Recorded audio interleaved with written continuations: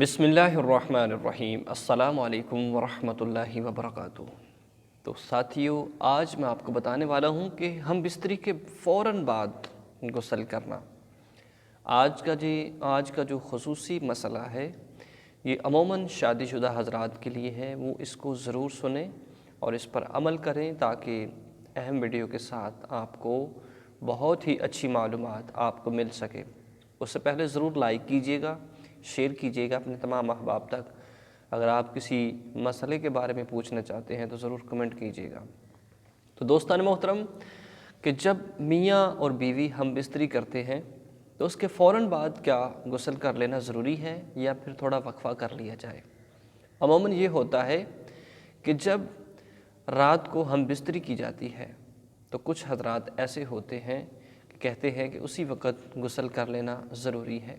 آئیے اس کے اندر حضور اکرم صلی اللہ علیہ وسلم کی زوج محترمہ حضرت عائشہ صدیقہ رضی اللہ تعالی عنہما سے جب یہی سوال کیا گیا تو اس بارے میں آپ کا کیا فرمان تھا؟ ساتھیوں، کوئی واجب نہیں ہے۔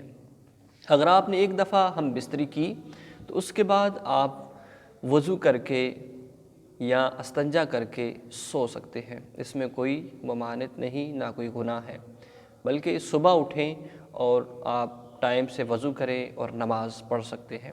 تو دوستان محترم، اس کے ساتھ ساتھ جب حضرت عائشہ رضی اللہ تعالی عنہما سے سوال کیا گیا کہ حضور صلی اللہ علیہ وسلم جب ہم بستری کیا کرتے تھے تو آپ کا معمول زندگی کیا تھا، تو گرامی قدر حضرات، حضرت عائشہ فرماتی ہیں کہ بعض دفعہ حضور اکرم صلی اللہ علیہ وسلم کچھ دیر بعد وضو کر کے سو جایا کرتے تھے اور بعض دفعہ ایسا ہوتا کہ کبھی غسل کر کے سو جاتے تھے۔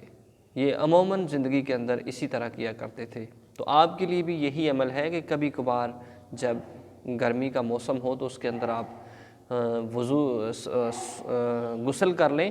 تو جب سردی کا موسم ہے کوشش کریں کہ استنجا کر کے وضو کر کے سو جائیے اور صبح اٹھ کر آپ غسل کر کے نماز پڑھ لیجئے۔